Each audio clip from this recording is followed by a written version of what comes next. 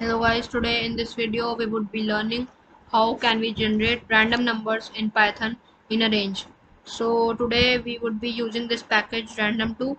So this package is used to deal with random numbers and uh, random variables. So we would learn how we can declare random numbers in a range.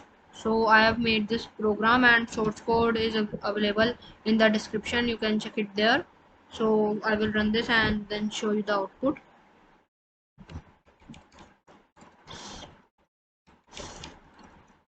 So I have generated two random numbers. First I have imported random2, which is the package used, and then I have set the variable a to random2 dot randint 1 comma 75.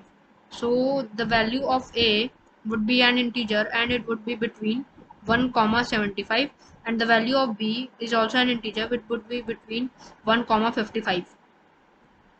So I would print a and then b.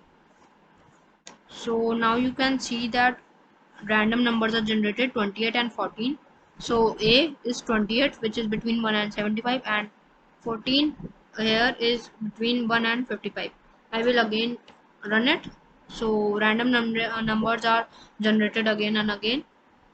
The numbers won't be repeated, as you can see.